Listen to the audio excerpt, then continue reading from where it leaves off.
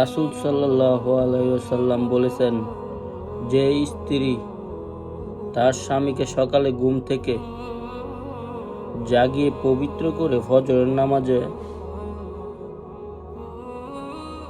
সালাতে মসজিদে পাঠিয়ে দেয়, ওই স্ত্রী প্রতি স্বামীর অন্তরে আল্লাহর তরফ থেকে ভালোবাসার নূর পয়দা হয়। বুখারী শরীফ। হাদিসটা আবার শুনি।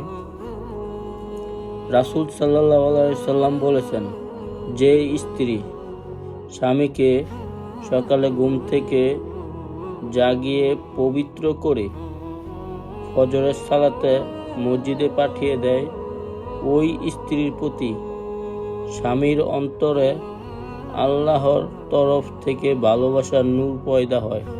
সহিহ বুখারী।